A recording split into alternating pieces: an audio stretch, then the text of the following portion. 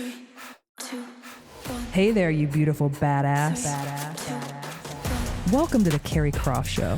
I'm your host, Carrie Croft, delivering you stories that get you pumped up and feeling like the unstoppable savage that you are.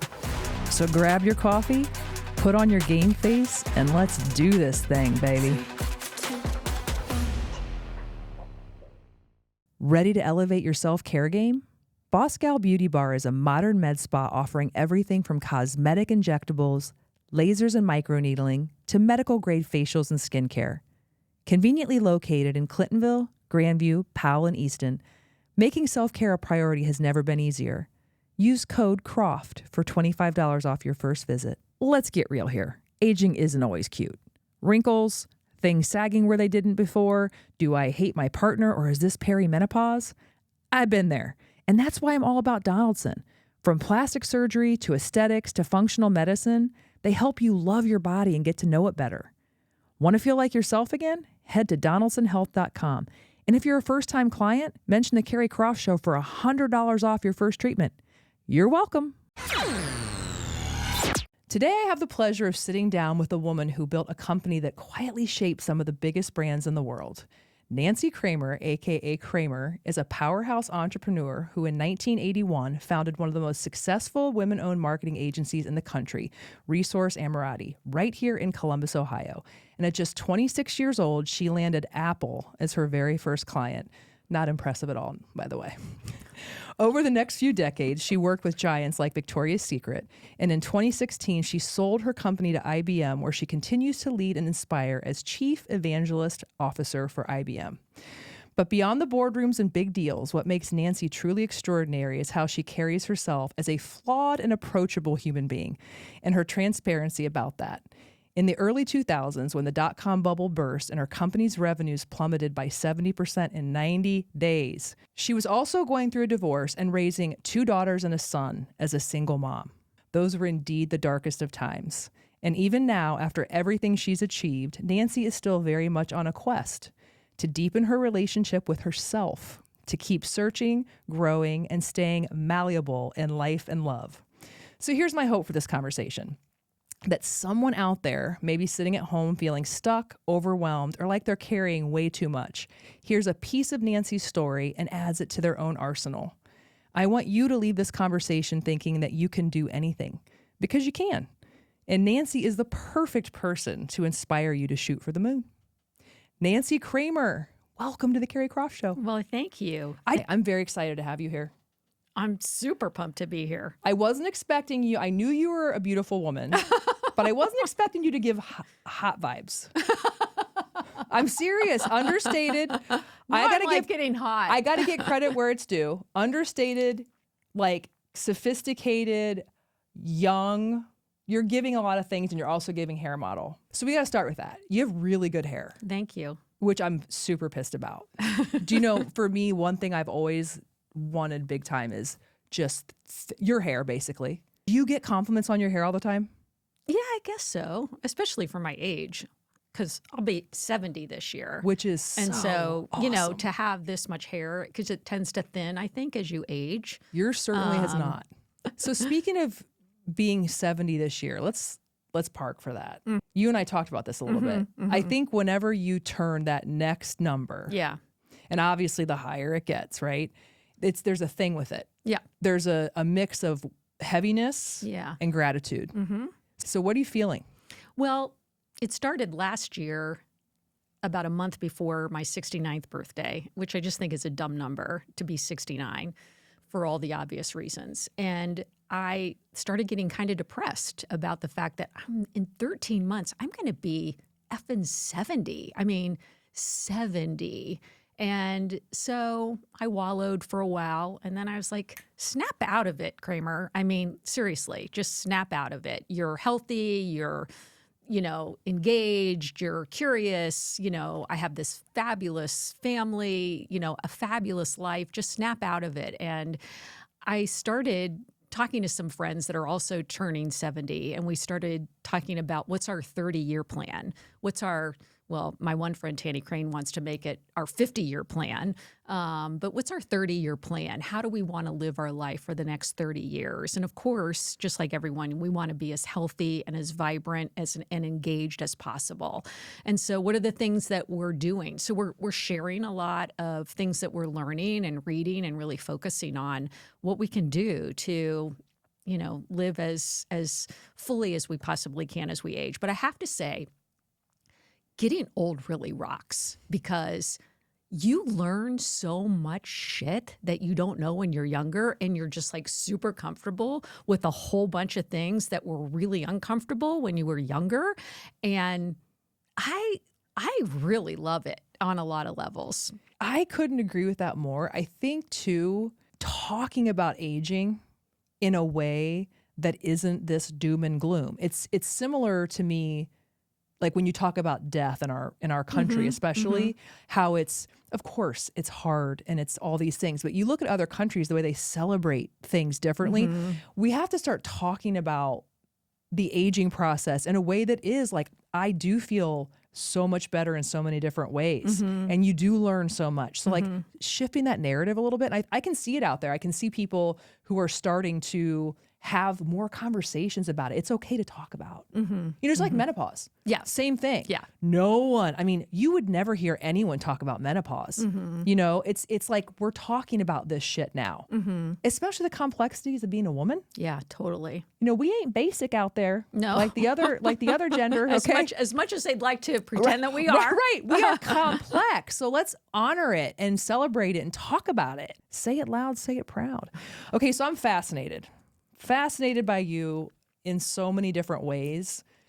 And I want to start off with just putting myself in your shoes at 26. You met these two guys, you were in radio sales. I won't make you go through the whole thing. You can Google, do the Google machine. Next thing you know, you're working with Apple. You didn't know, like, okay, they're going to be like one of the biggest, if not the most impactful company. When you were there, what was it like? Steve Jobs was 20 something.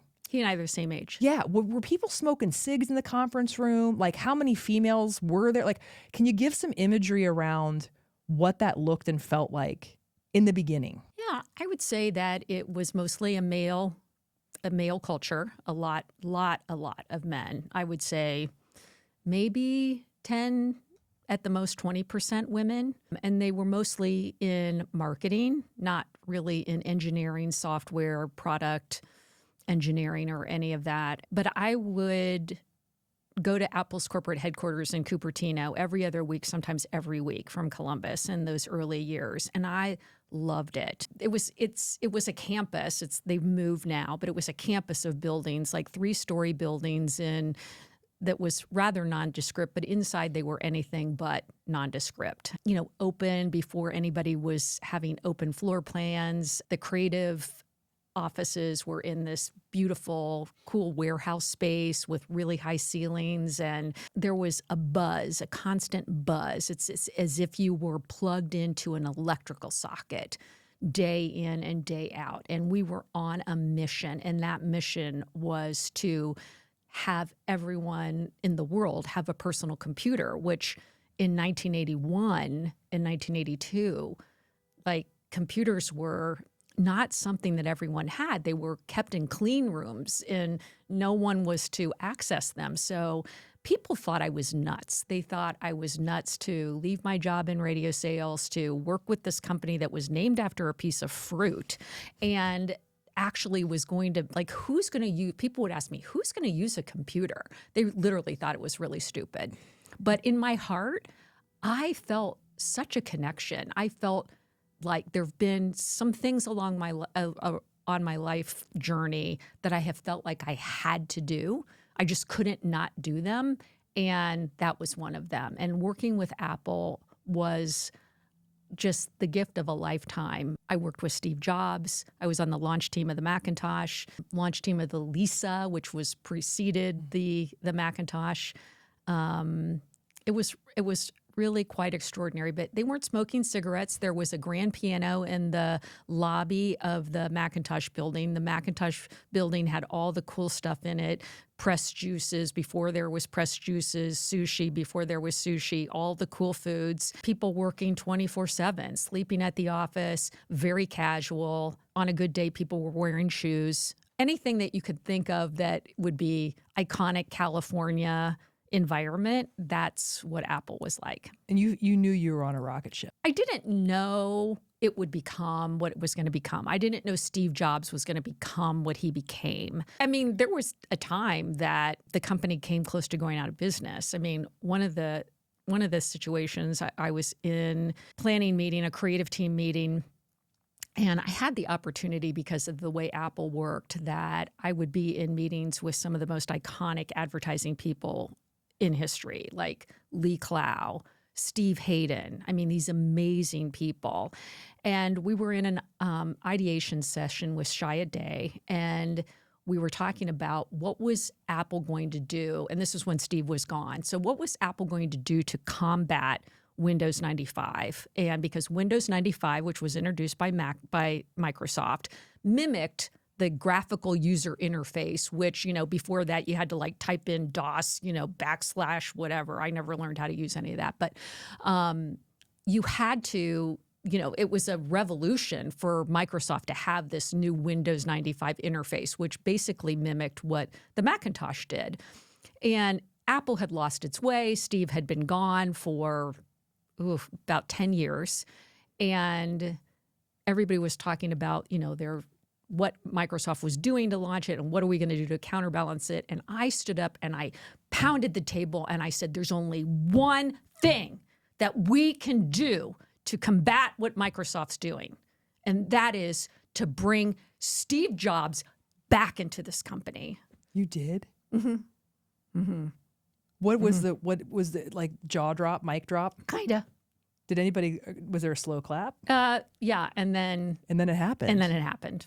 And then, I mean, I'm sure I'm not the only person who ever said that, but I was so emphatic about thinking our way out of this. There's no way to get out of this. You need him back here. There's no way. He's the guy. Yeah, he was the guy. And again, speaking of Steve Jobs, I'm trying to think, he's your age, so he's 26 when it started. He gets kicked out, then leaves for maybe 10 years or less. Mm-hmm. What did you see different when he came back?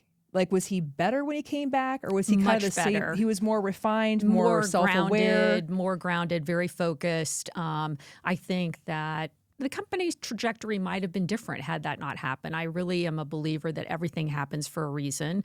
I happened to be at Apple the day that he was fired. I was standing in the Macintosh building with all the people around us, and the person came out and said, Steve Jobs has been fired by the board of directors. He's left. And it was just, I felt like somebody had died, and I just started crying. I just felt like, oh my God, the vision, the soul of this company is leaving. How can this happen? I mean, it was really, really challenging. And so in that time period, different leaders, different CEOs came in, and none of them they were just not right. They just weren't right. The company really lost itself. And literally in 1995, we thought the company might go out of business. What was the first conversation you had with Steve after you found out that he was gone? I just sent him a note. I did not have a conversation with him. I just sent him a note about what he was doing at Next and, my support. Yeah, so because it probably felt very, for him, like a death in a way. Yeah, really challenging to process. So what did you, because here's how I see it. I see it like everybody was working so hard. There wasn't really like a bro culture.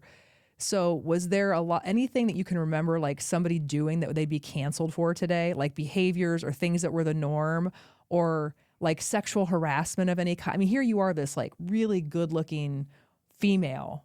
There'd have to be, I worked in corporate America, like, in the 90s. And I mean, there's some stuff going on there. Mm-hmm.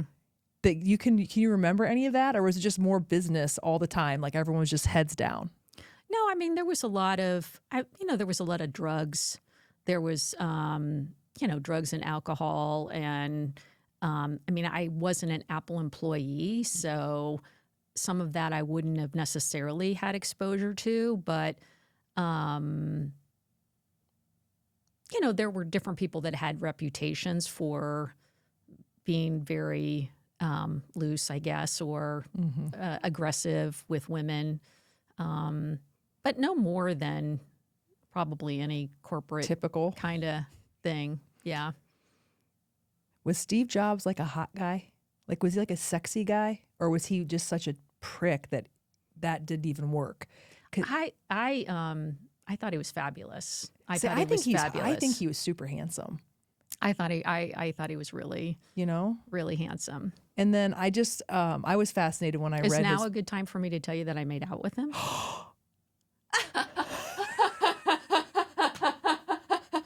Stop it. Stop it. Hold on. Kate, read my pulse. CPR. That's what I'm talking about, over delivery. Did you seriously make out with Steve Jobs? Yes, I did. Was he a good kisser? Yes. Yeah. I didn't sleep with him, though, which is I kind of like in my life, I'm like, oh, I kind of regret that. But yeah. Why? That I didn't sleep with him. Oh, I thought you were married. I thought you were going to say you regret you made out with him. No. Oh my God. I know. I say. Girl. So speaking of being married, your first husband, when did you meet him along this path? I was in college at Ohio State. Okay, so you guys were college sweethearts. Mm-hmm. Do you think your success was that like the main driver? Or when you look back now, you guys were so young, you're like, okay, there were like obvious things that just weren't going to work that we don't see at the time? Or maybe was it a hybrid? I didn't really want to get married. I got married because I thought I had to. I got married for religious reasons. I got married. He was the first person I ever had intimate relationships with. I was raised in a very, very Catholic household, uber Catholic household. I went to Catholic school. My mother was a convert, so I called her an uber Catholic. So she was like even overly Catholic.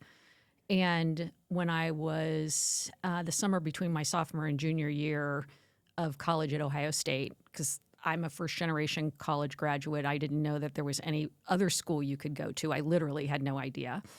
But I was working at Kroger as a cashier, which I did to put myself through school at Ohio State. I was living back at home that summer, and my boyfriend, then, soon-to-be husband, was living in Cleveland, and I was writing him a letter. And when I was working at my shift at Kroger, my mother went into my bedroom and read that letter. And in that letter, she figured out that we had slept together.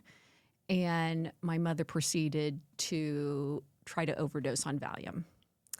And so when I got home that night from my Kroger shift at like 11 o'clock, I walk into our family kitchen and my father at 1461 Kennard Road on the east side of Columbus.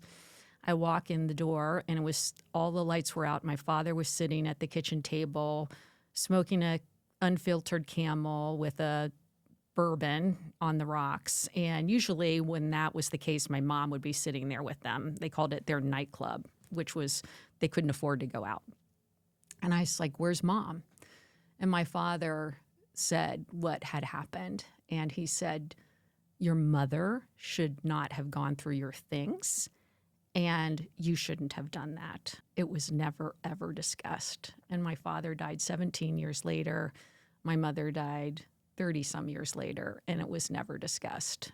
But it was that feeling of this, like, super Catholic, that guilt, and I thought I was a sinner, and this was the only way I could rectify it. And so I have very vivid memories of the wedding, not really wanting to do it, crying that night, sobbing that night unconsolably. And so it and he's a wonderful person, and we had a lot of things in common. We did triathlons together. We renovated a house in German Village together. We got a dog. We had 3 fabulous children. I mean, so many wonderful things in my life. He's a wonderful person. I talked to him last week, and I talked to his mother Tuesday. So it just wasn't what I wanted. And eventually, my body caught up with me. And that was at that moment when the business was plummeting and I was having all kinds of health issues, driving myself to the emergency room on a Saturday night, hooked up to, EKG and CAT scan. I thought I was having a heart attack or a stroke or whatever, panic, anxiety attacks. And that happened multiple times. And so I finally, working in therapy, got myself to a place where I could face and accept myself for this situation and forgive myself for the situation. But I knew I had to change. Thank you for sharing that, by the way. There's so many things that I'm feeling from that. The one thing I was going to ask you, and I think you kind of answered it for me, but in one of your interviews, you made a point to say, I didn't want to be like my mom. And I feel that. How did she show you love? How did you feel loved by her? I didn't feel love. I felt competition. I think that my mom, I just have an older brother. It was just the 2 of us. And my mom stayed at home. And my father worked at Keebler. And I would come home from school and I would walk in the door and I'd say, what did you do all day? And she would recite this litany of household chores. And I would say, well, that sounds boring. And I just thought, there's this world out there, like the planet Earth. Like, why are you spending your time doing this? Like, I felt this very early visceral feeling that there had to be more to life than doing laundry. That was one, part of the equation. But my mother she would say to me on multiple occasions, let's hope we find someone to marry you someday who's going to take care of you. So that's another dimension to all of this. And the other dimension is the fact that my mother used to, jokingly but not, call me her dumb blonde. And my brother and my mother both would tease me, calling me stupid, dumb blonde. But they said it so much that I absorb it.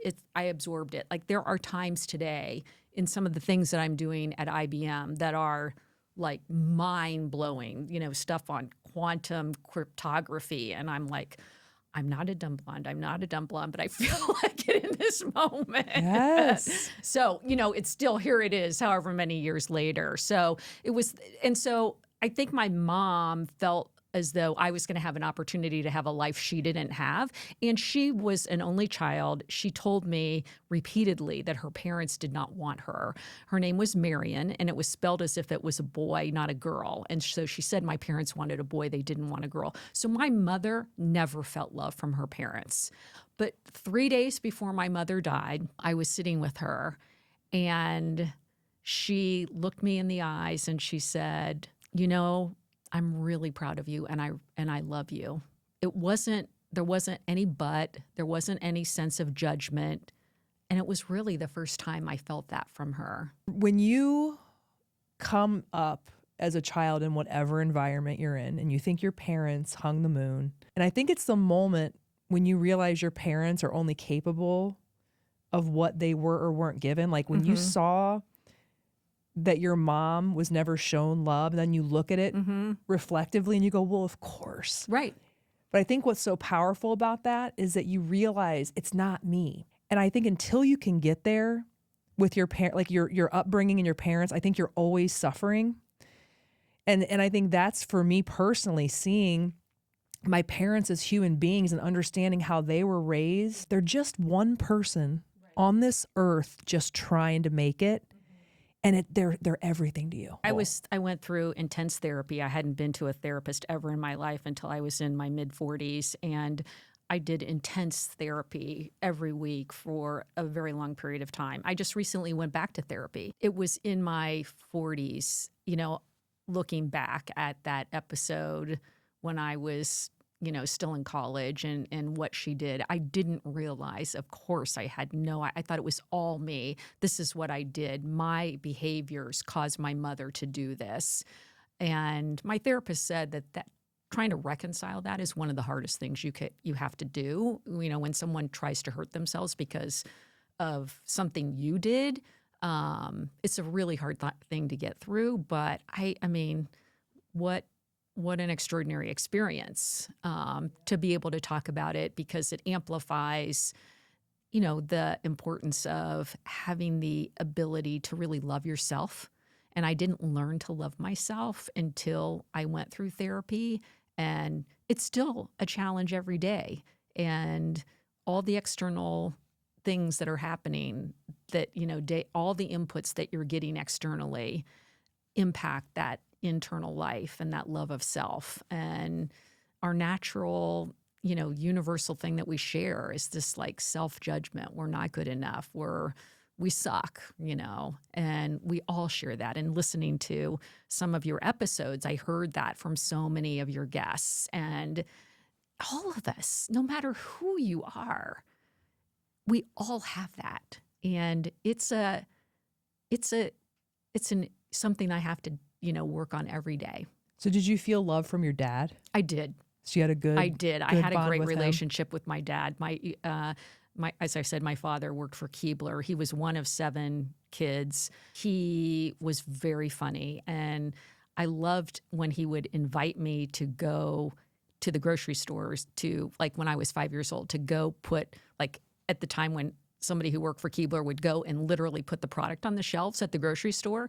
He'd have those big red Zesta cracker boxes. And he's like, Nance, come on, we're going to IGA. And it's like, I put on my saddle shoes and go across the linoleum floor in our kitchen and hop in the car with them and drive a few blocks to the IGA.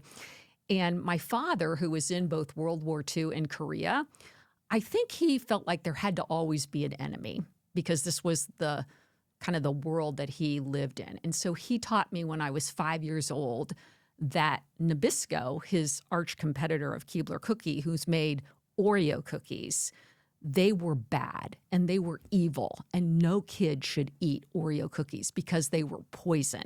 And it was really bad for them. That's what my father told me. I mean, like a great sense of humor. So we would be at the grocery store and I'd be helping him undo the box and put the boxes on the shelf. And then the store manager would come over and talk to Bob Kramer. Everybody loved Bob Kramer. And he'd be distracted. And I would walk over to where the Oreo cookies were. And I would look around and I would find the packages and I would stick my fingers and break the packages up and crush the cookies, because I thought if I crushed them, nobody would eat them and it would be better for my dad. Oh my God, love you. I mean, that is really cute. Did he find out? I mean, he kind of looked at me. I think he knew exactly what I was doing, but again, we never talked about it. Yes. Oh I mean, acknowledging that. It's not like I'm not condoning that people should let's not break go. open. Let's not go bust open stuff at the grocery store. Hey, Maria Milligan here with RE/MAX Premier Choice. Being a realtor here means being part of a community. I'm more than just a business card. I'm someone you'll see around town.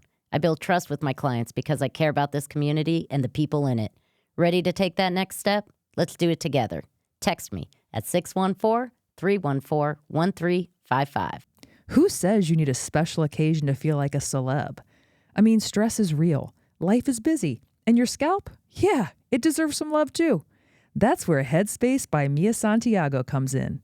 Treat yourself or someone who deserves it to a luxurious scalp treatment and a killer blowout or cut, because nothing says main character energy, honey, like a fresh style from celebrity stylist Mia and her team. And because we love a good deal, mention the Carrie Croft Show and get 20% off your service or any gift card for somebody in your life that you love. Headspace by Mia Santiago, because great hair days shouldn't be rare. So this traumatic thing happens to you and no one ever talked about it again? No. And was that something that you were just conditioned to understand, that there was not even a place for you to bring it up? Yeah. Yes. And so everyone just went business as usual. Mom started doing laundry. Dad was doing Keebler, and you were just doing your thing. Yeah. And I know so many people can relate to that, especially people in Catholic households where you just do not talk about the stuff. No.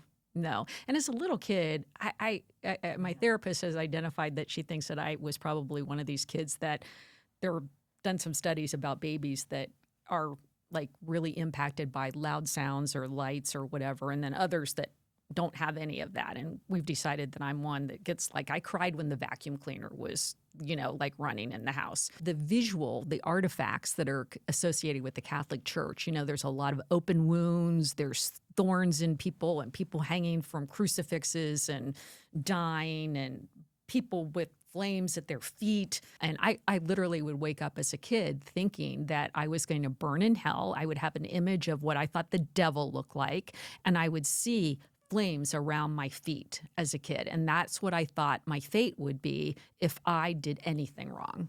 I was going to burn in hell. I mean, heavy. It's heavy. It's So heavy. I mean, so many people are going to be listening like, yep, heard that. Yeah. Yeah, my therapist said, Nancy, most people don't take that stuff literally. And I'd be like, well, I did.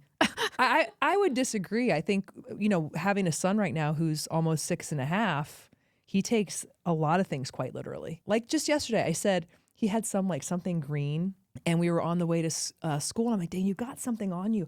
And then I turn around and I go, I think you're turning into a leprechaun. And if you would have seen his face, he's like, what? And I go, you might have gold coins come out of your ears by the end of today. You better make sure to be careful. He was so distraught. I mean, they take everything literally that you're saying. Yeah. Okay, so I want to go back into when your body was catching up with you. You got into this marriage. There's all kinds of things internally happening with you. But what was the straw that broke the camel's back? Did you finally sit down with him and say, I can't do this anymore? Did he say, the gig is up, you're miserable? How did that happen? It went over a long period of time. I'd have these episodic, I would muster all my courage up and have an episodic conversation. And then kind of with what happened in my house, then it wouldn't be talked about. Then it would be back to 3 kids, back to the logistics of everyday life. I told him that we just had to, we said we were going to separate to see what that was like, but it was over. It was over. And so we bought a house a block away from our house that I still live in here in Grandview. Told the kids, really worst day of my life. Took them over there so they could see it. But it took another couple of years for us to finalize everything. But it was just that my body was so, this anxiety I was taking, antidepressants. I was really strung out. I was walking around the office with a heart monitor strapped to me. Everybody was freaked out.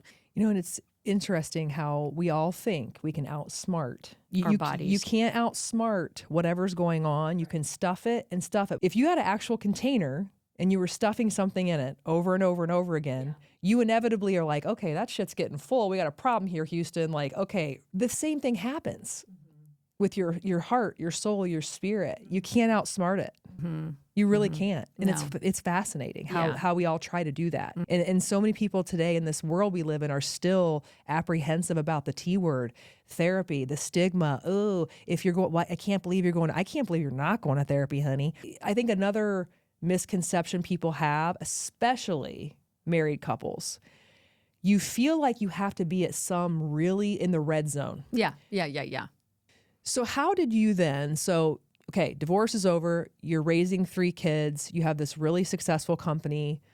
How did you hold it all down? I don't know. You just kind of power through it. When I went through the business plummeting by 70% in 90 days, and then we merged into another company, which was a disaster, and then we bought ourselves out of that company. When I bought myself out of that company, I enlisted the help of my right-hand person, Kelly Mooney, who had been in the business for about 10 years, and I made her a partner. She took on more responsibility, and so that kind of helped me get to where I needed to go in my personal life. And so I would say that was really pivotal in terms of just navigating through that. Okay, so I'm moving on to a completely different topic, but one that I love, which is Columbus, Ohio. and my love for Columbus, Ohio. And I feel like Columbus is starting to get the shine that maybe it deserves. And doing this show has really uncovered just so many people. the goodness, I loved it. The I've been brilliant loving it. entrepreneurs, Yeah. the creatives, the vibes are. I mean, everybody's giving really great vibes, and I just want to be one of the people carrying a torch for the city. And what I like about you, I like a lot of things about you.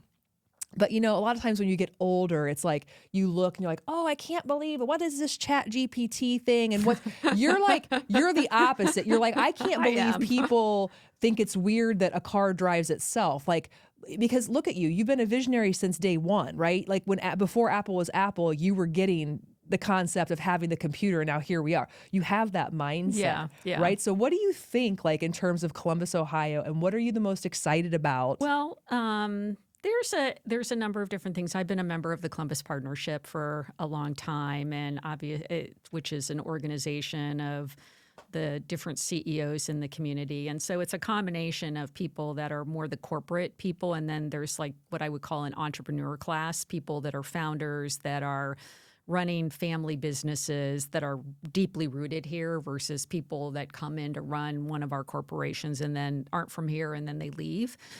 And so I think it's kind of a healthy mix, and that group works very closely with the public, you know, with the mayor and the county and all that kind of stuff. And so primarily economic development, workforce development, what can we do to really raise the quality of life? What can we do to help Columbus flourish? And Les Wexner and John Wolf are the founders of the Columbus Partnership. They had this vision probably almost 30 years ago. We're so fortunate for the groundwork that they laid on that. And I think a combination of, you know, someone with like Les, who is quite the visionary, and the belief that virtually anything is possible, and the belief that my husband is from Cleveland, and we were sitting at something shortly after he moved here, and he said, "Oh my God, everyone in Columbus believes their best days are ahead of them. In Cleveland, everyone believes they're trying to recapture what was. They used to, you know, they were thought they were going to be the Chicago of the Midwest, and the oil and Standard Oil and all that kind of stuff. And they're still trying to claw back to what was in Cleveland. And that's not the belief of Columbus. No one is thinking, oh, we need to reclaim our past. Everyone is kind of like, there's a universal focus on the future. And I think that attitude permeates the city and the spirit. And I think that is what we're seeing. And the more people who come, the more they feel that. I just had breakfast yesterday with somebody who moved from Baltimore. She was talking, and we were with Doug Ullman also, who's from Pelotonia, who moved here from Austin 10 years ago. And we were just talking about, like, this is such a great place for people to be. And the spirit is, you can feel it. You can feel the energy. Shout out to Doug Ullman. Love Doug. Bigger shout out to Doug Ullman's mom, Oh, Diana. She's my bestie. Oh, she is? Yeah, so back before I was in this studio, he came to my house. I had this in my office, and I waited till he got there. I was like, can we call your mom? Like, I think she's really cool. He's like, really? I'm like, yeah, let's call her. So he called her, and she's on the show. Oh my And so I gosh. bought a couple of pieces of her art. I just think she's the bee's knees. Speaking of your husband, let's talk about him for a minute. Who captured this heart of yours? What is he like? Give me like a little commercial on this guy. Well, we worked together. He came into the business, and I think that my relationship was platonic for many years, and I felt like I could tell him anything. Like, literally, I never met anyone that I felt I could tell anything. Like, literally, I just pooped or whatever, I mean. I'm sorry. My cup runneth over here. My cup runneth over with love for this one. I'm going to be in a depression because I feel like now we are friends, and then you leave, and then I'm like, just like twiddling my thumbs waiting for you to return somehow. Text me. I mean, that was later in the Oh my relationship. God, you are something. I love it. You haven't dropped an F-bomb yet, I will say. Well, Give give you us credit for time. So he has 3 children and was a single father as well. And we literally have 2 children that are 31, 2 that are 34, and 2 that are 36. And we have just an incredible life. And he lived in Cleveland. He moved up there to take care of his kids. And we were married, and he and I lived apart for 4 years while we were married because we didn't want our youngest children to be uprooted and have to give up anything. And so we've always been focused on our kids first. I think that both of us feel a great sense of responsibility. I mean, I know we both feel a great sense of responsibility for our children and for their well-being, and they didn't ask to be in a divorced family. And so I know to this day his kids are number one, and he knows that my kids are number one. I mean, we started a conversation in the late 90s, and it's never stopped. I mean, literally never stopped. We drove on Sunday back to Ohio from Martha's Vineyard, and we were in the car for 11 hours and talked the whole time. Oh, wow. Oh, yeah. Like, literally, it is a constant conversation. I love that. Yeah. And so I think, too, the transparency, the communication, and how you and I were talking, and you said, I think we're going to need to go to therapy. Oh, yes. Yeah, yeah. Well, we were talking about every January we do a vision day, which was something that we learned from our business coach and friend Debbie Phillips, and she taught us we would do these with her and her partner. And then it got to the point where we could facilitate the same thing ourselves. And so for the last decade or so, we've been doing this every January. And there was one point this January where I was the scribe in front of a big white, Post-it note easel and taking notes and drawing things of personal, all the different, different parts of our lives. What do we want to do? What are we going to focus on, et cetera, et cetera. We started talking about Columbus and Martha's Vineyard and where we're going to spend time or not spend time, and which has been an ongoing topic. And I felt like in the moment I heard Christopher say something in a way that he had said it before, but I hadn't heard it in the way that he was expressing it. And so I said, I think we're going to need to go to therapy on this. We do a really good job at facilitating these things between us, but this is one where I think we're going to need help. Therapy doesn't have to be this scary, negative thing. It's actually it's almost like a mediation, because that's really what relationships are just negotiations. Like you're constantly balancing wants, needs. And so having that help sometimes is so great to just move through the juggernaut. So helpful. It's been really powerful. We've gone separately, we've gone together. It's been really powerful because we had never done that. We had never done therapy together. So it's been a real gift. Can we switch gears to the superficial? So I need to know what your skincare routine is first. I don't know what you guys are drinking over there in Grandview. Do you have something, what all the rage right now is beef tallow. Have you heard of that? What is that? It's some kind of fat or something from an animal, and it's gives that sort of glowy. It's everybody's talking about it. I've yet to order it yet, but what do you do? Can't do it. We have both Christopher and I have alpha-gal, which is this allergic reaction to anything from a mammal. Oh. So, which is a tick-borne illness that's making its way through the country. Really? And yeah, it's bad. Shit. Yeah. Well, what do you put on your face? I put whatever my stepdaughter tells me to. Eleanor, the oldest of the family, is like our master skincare routine person. She will tell you exactly what to use and how many steps, and she's doing it with her baby, and it's amazing. We just do whatever Eleanor tells us to do, and then I do whatever they tell me at Boss Gal to do. I buy stuff at Boss Gal. Kate, she's my girl. I know. I love Boss Gal. I heard the advertising. Yeah, and I heard her session too. Yeah, they're the greatest. Yeah, they're so wonderful. So, what about what are you eating? Because you're fit as a fiddle. You look good. And are you pretty regimented with your food?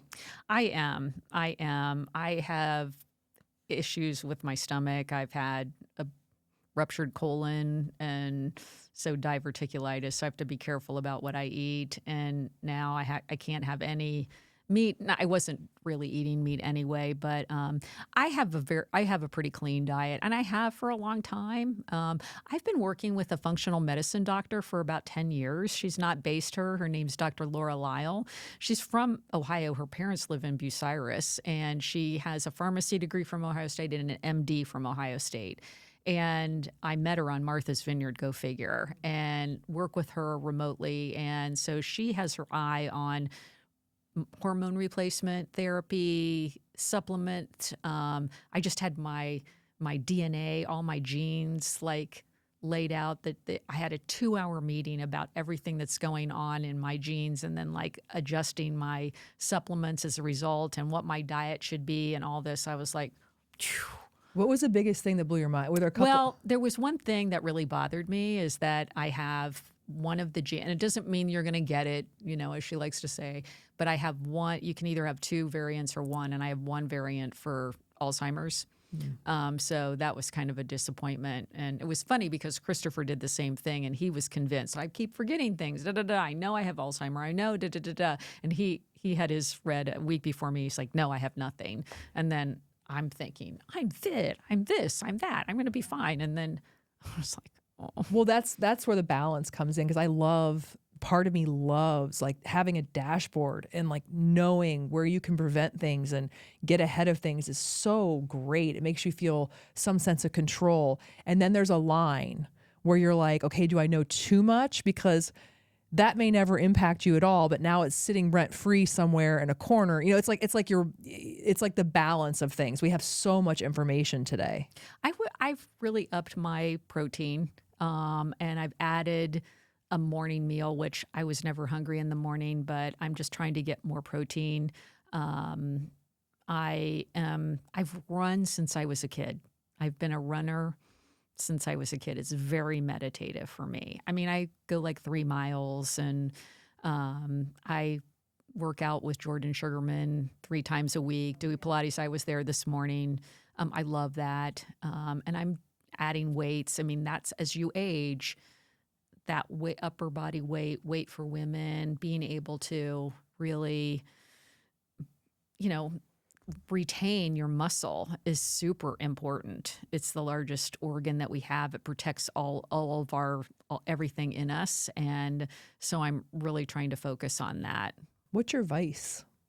What's my vice? Yeah, will you drink a glass of wine, take a gummy? No, popcorn. Popcorn?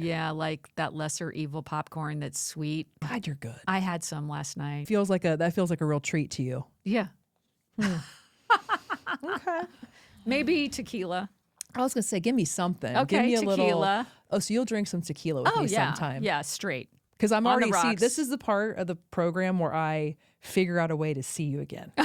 So it's so you're going to drink some tequila with me sometime. Okay. Okay. And yeho. Yeah. Okay. Perfect. Yeah. Perfect. Yeah. I still am dead from the making out with Steve Jobs. I don't think I've heard one other thing you've said this whole time, but I don't want to leave you wishing you would have said something else. One of the things that I have focused on for the last several years is this notion of that we have an inner genius. And I've always thought that it makes so much sense. All of our DNA is different. Why wouldn't each one of us be different inside, in our soul? And it was actually something that ancient Romans, Native American Indians, it was very much a thought of those cultures that we each have a unique inner genius, and how that calibrates how you show up in the world. I mean, giving yourself permission to let that shine. My biggest love is when I have the opportunity to help that inner genius in someone shine. I feel as though the role of leadership is to really make space for that to come out. And over the entire 35 years of the business, the thing that gives me the greatest joy is those times when the people had the opportunity to let that come out and let that shine, whether they felt the courage to come out, whether they felt the courage to change gender, whether they felt the courage to participate in some crazy thing that we were doing in the business and just let loose. That is what I just love that so much. And today that's That's the thing that I love the most. And so I hope people can let their inner genius come through and realize that every day it takes work to allow people to see that, to have the courage to show up, and the psychological safety that's necessary for that. There's a really great book called 4 Stages of Psychological Safety. It's super easy read, but I felt as though, I think Timothy Clark is the author that talks about psychological safety. And I think that that's what we need in the world. And right now we're just being bombarded with a lot of things that make us feel really unsafe. They make us scared, very nervous, very panicky, and really trying to navigate that is a very big challenge for so many people right now, including me. Can you help me bring out my inner genius? Here's what we're going to do. Tequila, you, me, inner genius. Done. Thank you so much. Oh, my pleasure, Carrie. You have really made my entire probably month. Oh, This was more than I could have asked for. So thank you so much. I'm so glad. You're the best. Well, I think you're the best. I think what you're doing, I love listening to the show. I was up and down to Cleveland on Monday. I was listening to all the different things. It was just so fun. And I learned about so many people that I didn't know. And now I want to meet. And now I'm like, we're going to do an event. We're going to make it happen. Oh, that'd be so cool. It's actually part of the plan. Oh, that would be so fun. And you're invited. You have to. I'm going to. Want to be invited. I'm going to. And if you're still out there following your girl, follow me on YouTube, Spotify, Apple, or wherever you get your podcasts. And until next time, keep moving, baby. Circle.